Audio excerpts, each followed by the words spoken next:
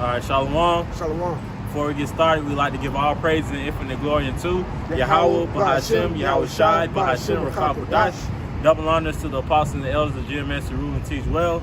And peace and safety to the Akim that spread across the four corners of the world. That's pushing out this truth with all diligence and putting their lives on the line to do so. We're the brothers out of GMS Atlanta.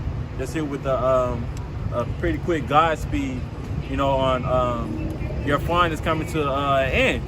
And when we say that, we're speaking of these American citizens, man. Because now it being, what they call the holiday seasons, these people are in the mirthful spirit, man.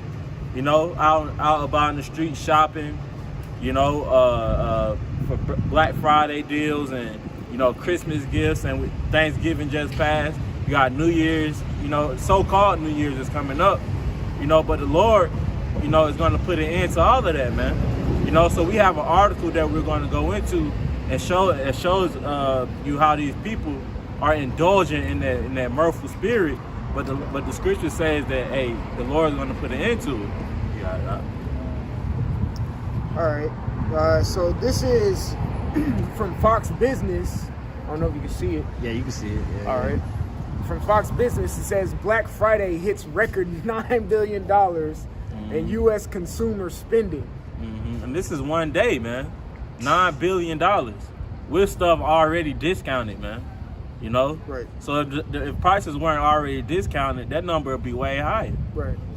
But that just shows you how these people is in that consuming spirit, man. Right. And just to add on to the point of the article, I did a lesson about a couple of days ago about how it was a famine coming during the holiday season. Right. So while you people are getting, your PlayStation 5s, Xbox X Series, and whatever the case may be, hey, it's a famine coming, man. Along with death, destruction, pestilence, according to Second Esdras 15.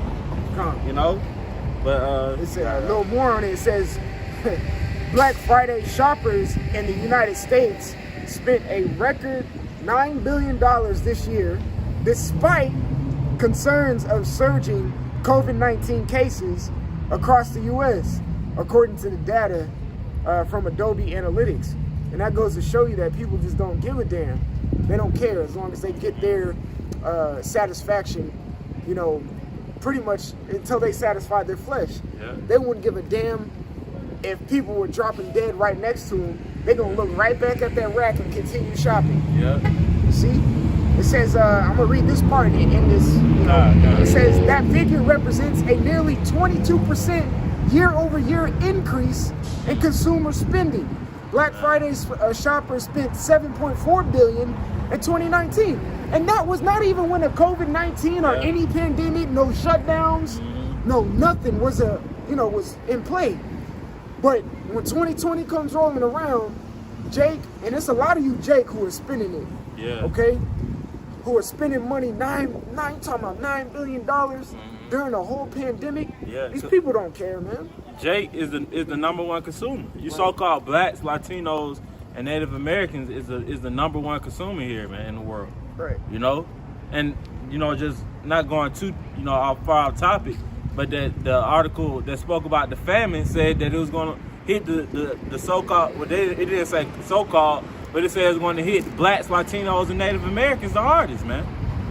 So while you out here, your mirthful spirit, this famine and this pestilence is going to hit you, man. I got a quick one for you. This is Proverbs chapter 14 and 13.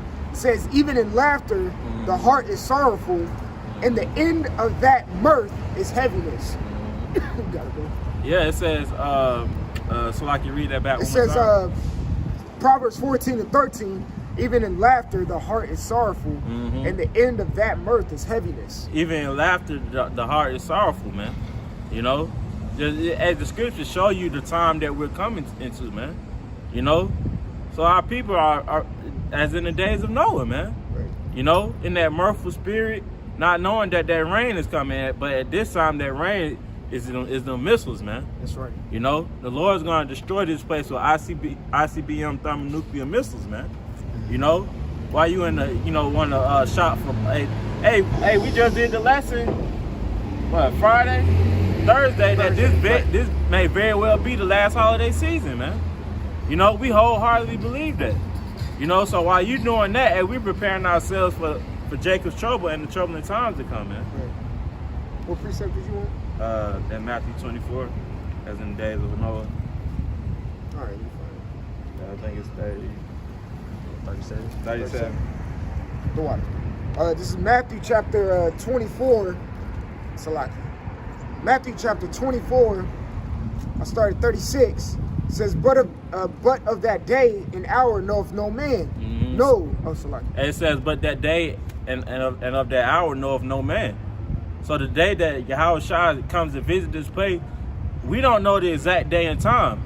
But until then, we're preparing ourselves, man. That's the difference that we have, you know, between the men of the Lord, the servants of the Lord, and your everyday civilian, man. Right. The everyday civilian not wanting the Lord to come back because they're in that mirthful spirit, man. Right. But the Lord's going to snatch that away. You got it, right? God. It says, but of that day and hour knoweth no man, no, not the angels of heaven, but my Father only.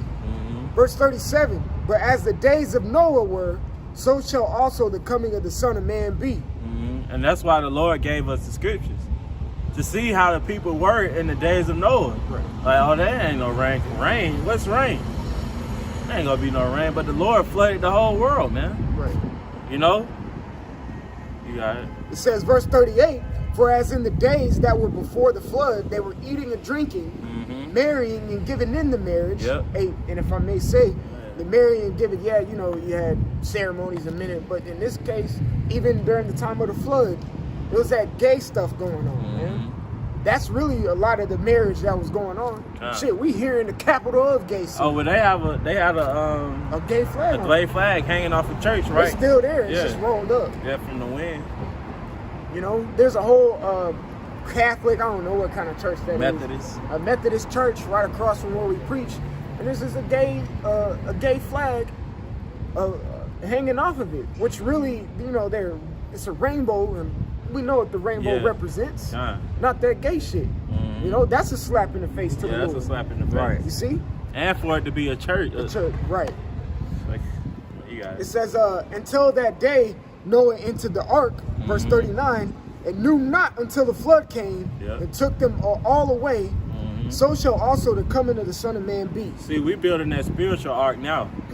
You know, we're spiritually preparing ourselves for these missiles to come, man. Right. You know, so when that day comes, we won't be unprepared, man. Right. You people are going to get caught with your pants down, you know, because you're unprepared. What was the number again on the article? How many? $9 billion. $9 billion, man. You know, $9 billion of wasted money. You know, the scriptures speak about how to roughly paraphrasing, the things of this world is gonna fade away, man. Right. Pass it away. I got that. Okay, yeah, we get that and close it out. This is the book that got passed. This is the book of Ecclesiastes, chapter 10 and verse 6. It says, "Folly is set in great dignity, and the rich sit in a low place." Right. Is there more? You can just bring that script. Yeah, that was pretty good. But folly is set at great dignity. Can you get that word? Well, I can read up on it too. I'm gonna get that word dignity. Okay, kind. This is Ecclesiastes 10 and 5. "There is an evil which I have seen under the sun, as an error which proceeded from the ruler. Folly is set in great dignity, and the rich sit in a low place." Right. It says, "There is an evil which I have seen under the sun, as an error which proceeded from the ruler." Right. What does the script say in Ecclesiasticus or Sirach chapter 10? Pretty much how the head is how the people are going to follow. Yeah. All right. Just loosely paraphrasing that verse. Yeah. And then it says, "Folly is set at great dignity." I'm going to get the word dignity real quick. Let's see, 1 second. Marome, yeah, that's right. Marome, if I'm saying that correctly. Maraom, if I'm saying that correctly. And it says height or elevation, an elevated place.